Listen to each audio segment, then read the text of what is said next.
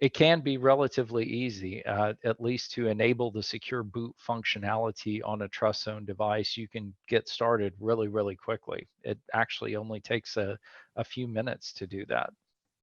I'm from Missouri. Show me.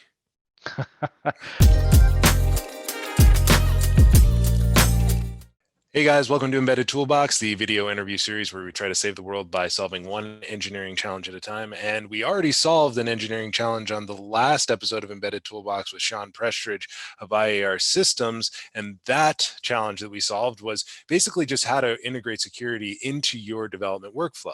Now Shawn is back, and we're going to be talking a little bit about how you can practically use secure boot in your next design. But first, how you doing, Shawn? I'm doing great. How are you?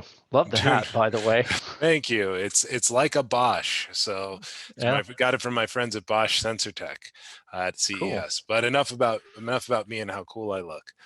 Um, so yeah, we last time we talked about how you set up a development workflow alongside, or actually integrated with, a security workflow, and that just makes secure development part of your everyday engineering job. Right.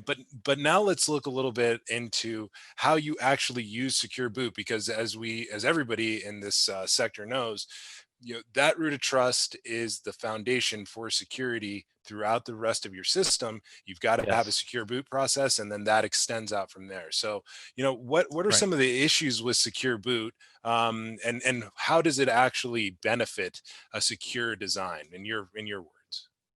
Yeah, that's actually a really good question, because we have a lot of customers that understand some of the terminology, or they've heard it bandied about so much that they think they understand it until they actually try to implement it pragmatically, and then they realize, oh, actually, I still have a lot of questions about what this does, how it works, how do I really get started with it.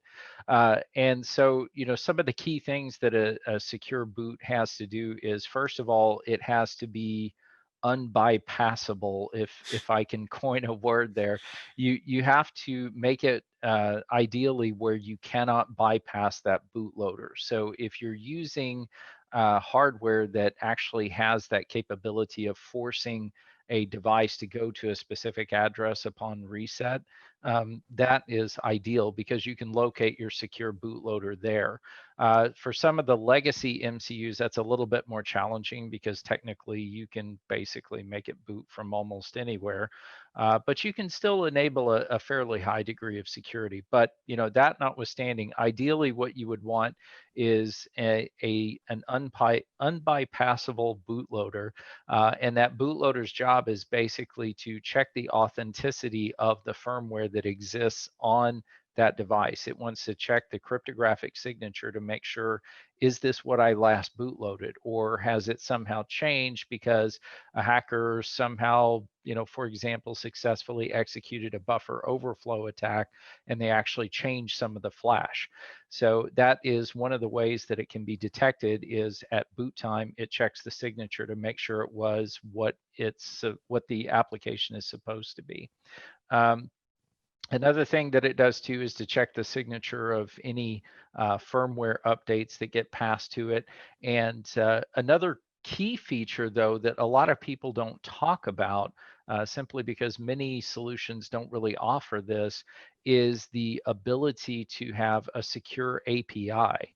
And what that API does is it gives you the capability of using those secure assets to do things like message authentication, encrypting data that's stored on your device, et cetera, et cetera. So in a really secure design that's using a really nice piece of hardware that has the secure area of flash that's locked down and everything else, all the certificates and keys are in that storage locker that the application cannot get access to. And that's for good reason. It's by design.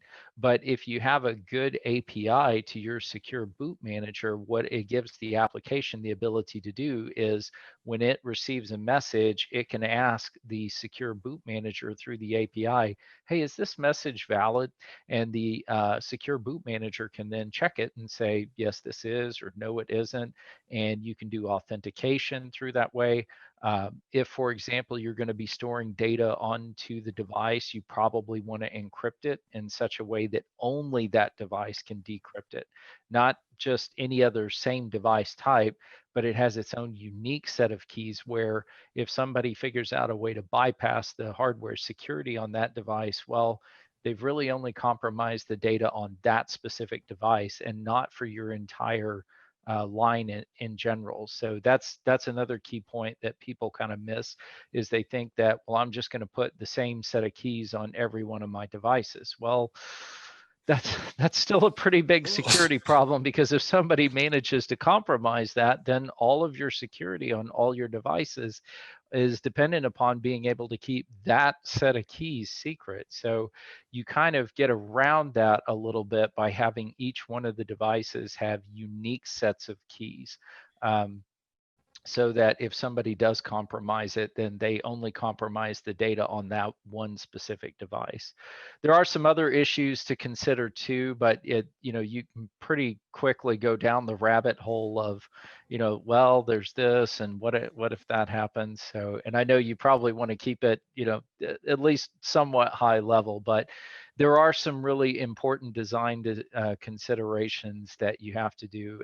So before we jump into the actual engineering segment of Embedded Toolbox, what you just described sounds pretty simple. You got, last time we talked about, this a trust zone or a secure element or someplace where you store the keys.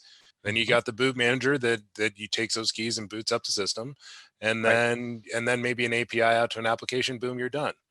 Right? It's Yeah, it's easy, right?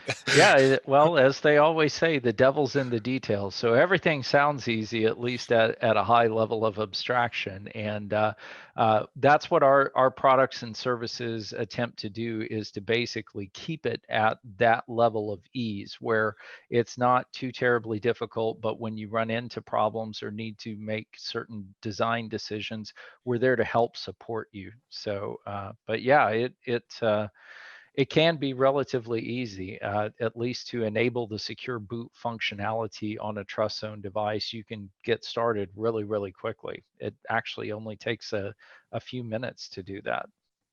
I'm from Missouri. Show me. Well, I can certainly do that. Let me share my screen and then you can see.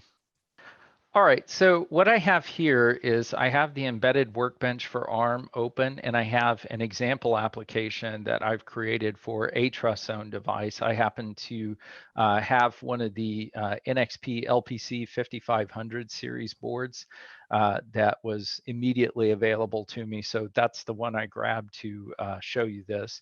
And this is a getting started project. It doesn't really matter exactly what the project is, because you can enable a high degree of security on basically any project. But let's pretend that this is the application that I've been working on, and I decide, hey, I really need to use the security features of this TrustZone. So what I can do is I can create a secure boot manager very, very quickly. So if I have ctrust enabled on my embedded workbench, one of the options that I have is when I go to project, create new project, one of the options is to create a secure boot manager. So when I create a secure boot manager project, it's going to ask me, well, where do you want to store this? And I'm just going to put it inside of that same folder structure. We're just going to call it my SBM, just to make it simple and easy. And once we do this, what it's going to add an extra project for the secure boot manager inside of that workspace. So now I have two projects in my workspace. I have one for the SBM and I have one for the actual application. And as you can see, it has some IPCFs, and that is a fancy name for the IAR project connection file. And that's just an XML-based file that gives it the names and locations of all the source code that you need to be able to create the secure boot manager. So to get it to populate that with all the source code, I just need to provide it just a few more options here. And if I go into my project options, I can select the device that I have, which is the LPC5500. I'm going to be going into Core 0. and I'm going to be using TrustZone and use the secure device. One other option that I'm going to do, I'm going to turn on the buffered terminal output because I'm going to print out some status messages to the terminal IO window so you can actually see the boot manager actually executing.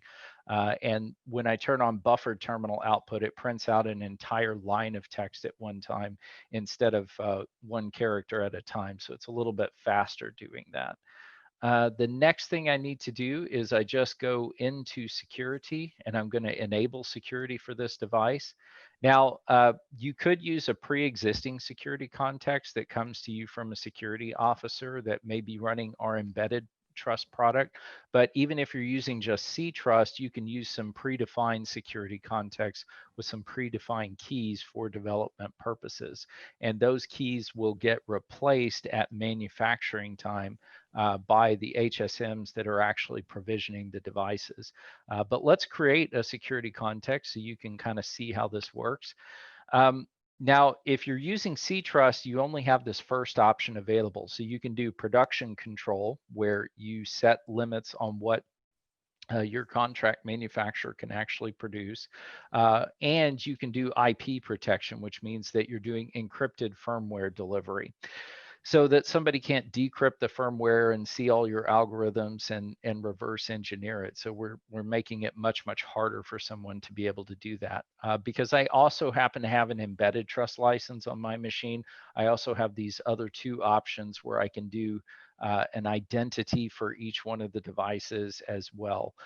So what I'm going to do just to show you the cTrust is I'm going to use that first option because that's what you get with cTrust, and it actually simplifies all the different options that we have.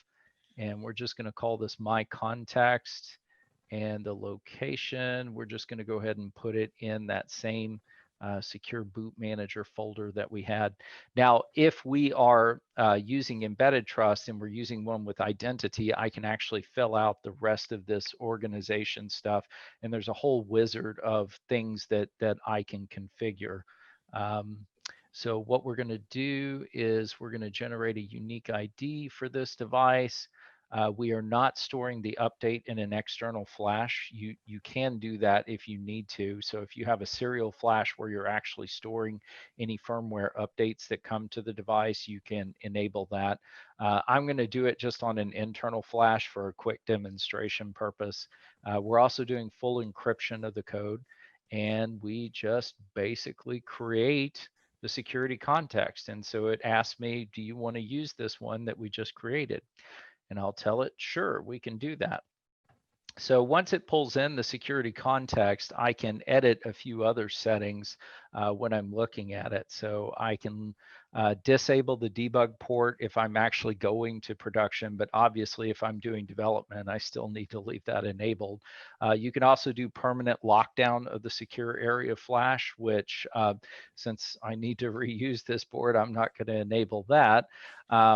Also the memory maps, so you can configure the software update area where those application updates go, where the boot manager is going to go, also where the application area is for the application once it gets decrypted, where that is supposed to go. So all of this is easily configurable. What I'm going to do, as I promised, is I'm going to turn on just a few things in the boot manager so that you can see some of the logging. There's a lot more logging functionality that's available, but I'm just going to turn on a few things to make it a little bit faster. And the last thing is that if there's several other options, but the last thing that I want to show you is the anti-rollback protection. So you can choose whether to disable the rollback protection or to enforce a rollback policy where it's greater than or equal to the current version that it'll allow to bootload, or it has to be greater than the current version. So for development purposes, you probably want it greater than or equal to the current version. And we'll just click OK on that. And then the only other thing I need to do is set up my debugger, and I'm using an iJet debugger. And that's pretty much it. So now once I click OK, what it's going to do is it's going to pull in the source code for everything that it needs to be able to create that secure boot manager. And as you can see here, it basically has full source code access for everything. So there's no secret sauce, there's nothing hidden. You can see everything that we're doing. You can customize it and add functionality. There is a secure API that's documented that has all these features that we were talking about a few minutes ago. If you need to add functionality to that API, you can certainly do that as well here.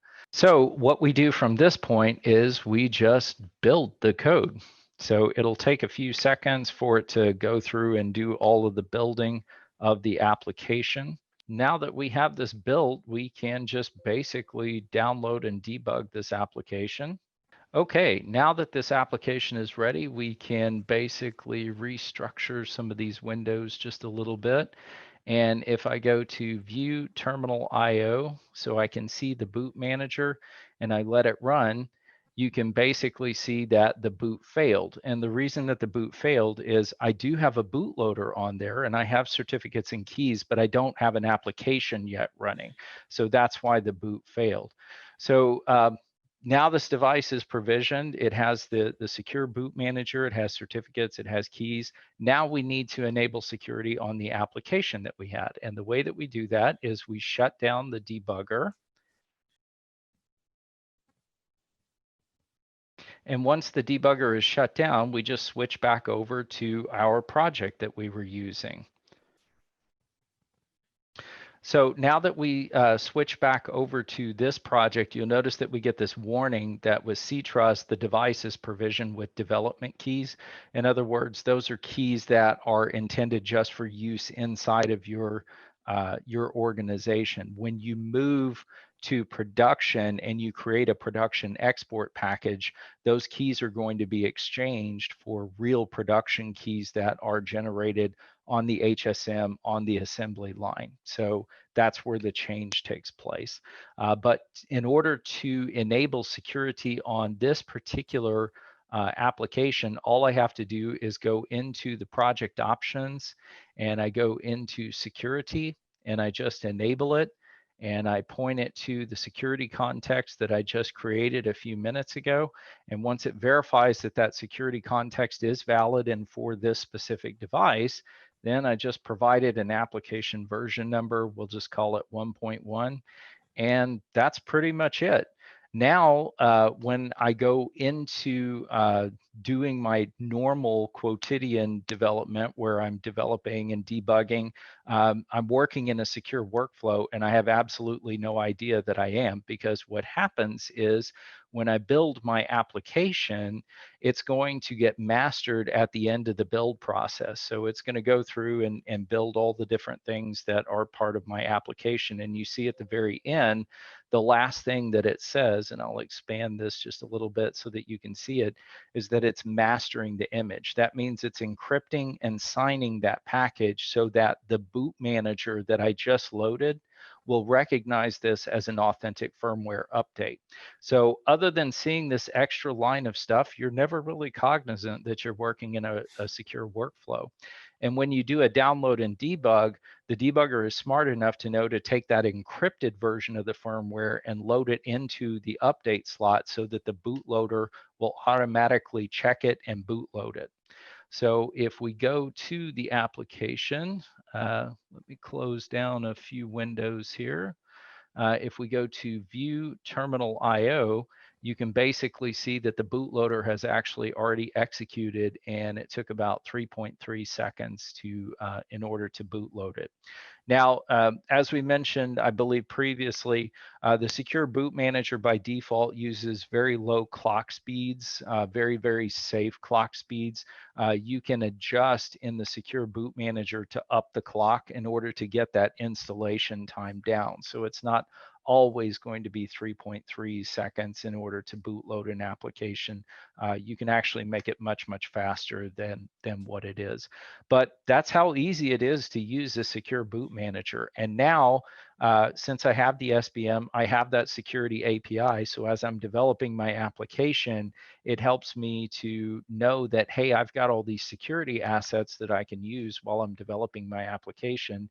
And, hey, I'm getting a message in from another device. Let me check and authenticate that it's there. So the problem with some people's thinking on security is they want to leave it as a switch that they flip at the end. But the problem with that kind of thinking is that developers aren't using the security assets as they're developing, because if it's not there, they don't use it. But if they have it there from the inception, it helps them to remember, hey, I need to check this, or I should do this. And if they just scribble down notes because security is left as a bolt on at the end, they're probably not going to do it, because what happens at the end of every project, you're running tight on schedule.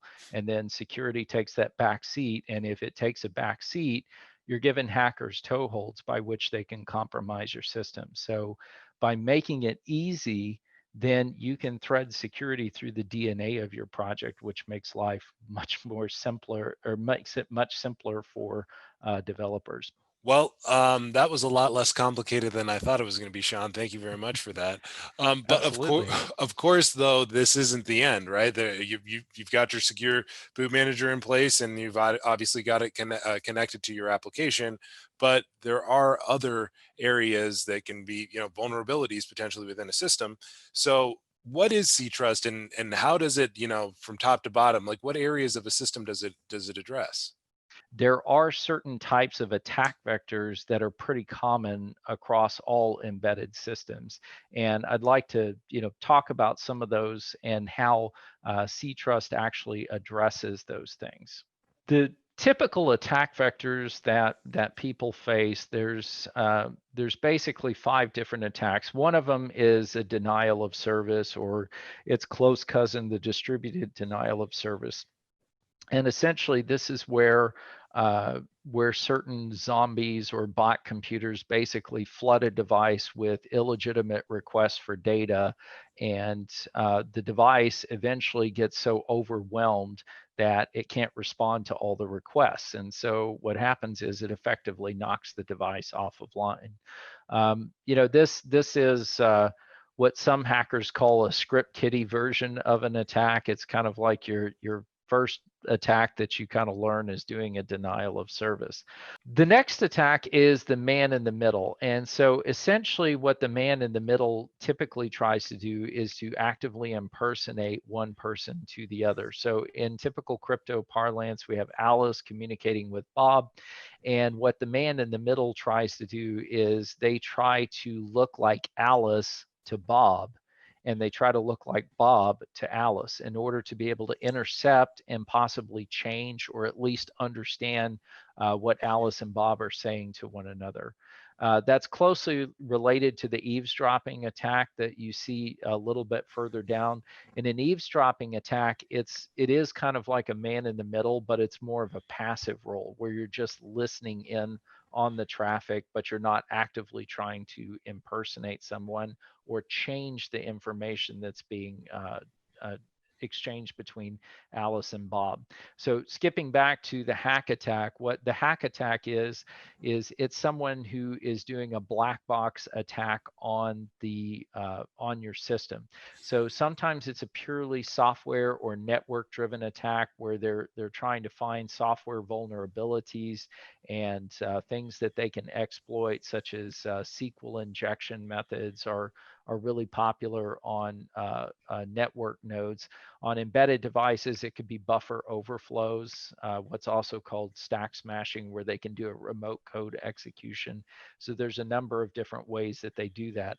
A variant of the hack attack is what we call the shack attack, and that's called that because of the old Tandy-based corporation Radio Shack, which unfortunately is now defunct. And really sad that that's gone, because that's kind of how I got my start in electrical engineering, buying components and boards and chips from Radio Shack and building various things.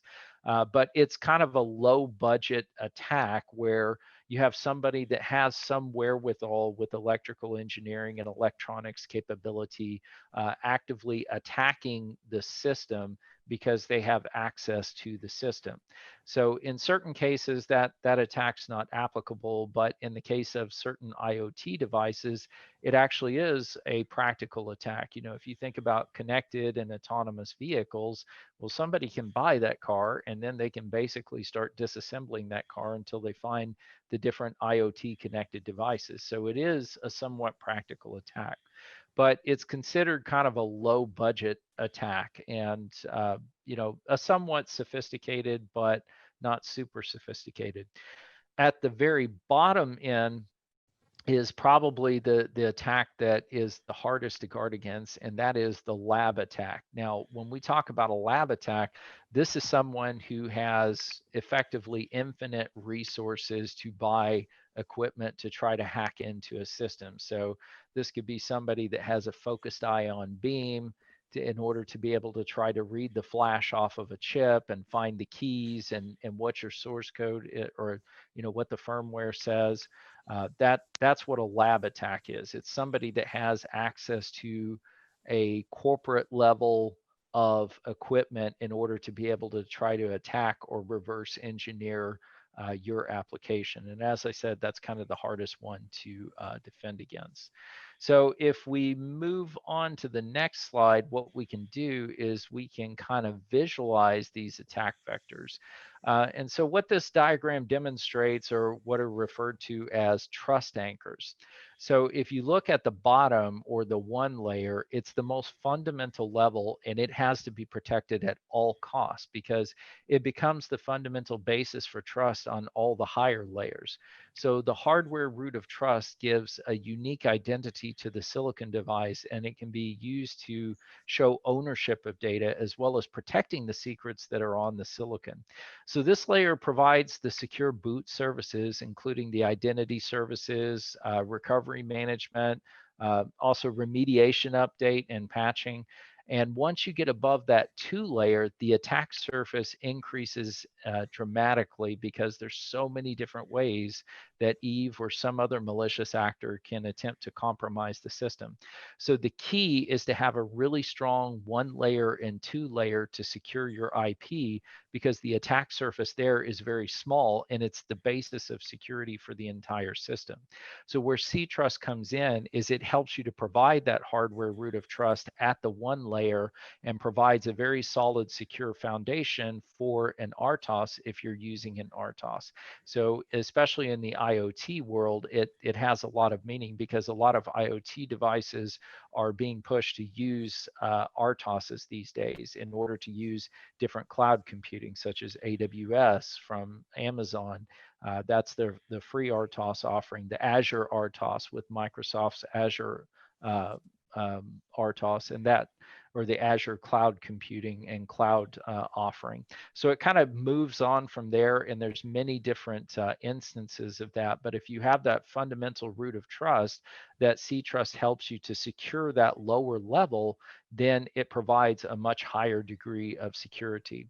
And actually, that is kind of the problem we see with some of the supposedly secure solutions that people are trying to approach is, you know, hey, we're running as an application on top of such and so operating system, and we're going to secure all your stuff. Well, the problem is that they're operating at the 4 and 5 layers. So you've kind of let the horse out of the barn at that point. You really need to be securing the 1 and 2 layer. And when you secure the 1 and 2 layer, the 4 and 5 layer kind of take care of themselves. So that's kind of a difference between our product and what some other products are doing. But hopefully this helps you to understand the different types of attacks and to visualize how the attacks vectors actually work in this structure. Well, that's some really good stuff, Shawn. And of course, we should probably note that if you're going up against a lab attack, somebody who's got a focused ion beam or is doing differential power analysis, the game changes a little bit, right? It does. And, you know, as we've talked about on a previous session, you know, security is always kind of a cat and mouse game. It's, you know, everybody's always upping their game, but then people who are on the security side and not on the hacking side always come up with very clever ways to be able to bypass those types of attacks. So But it is cat and mouse, and that's why I'm always careful to say this is secure for now and not secure for all time.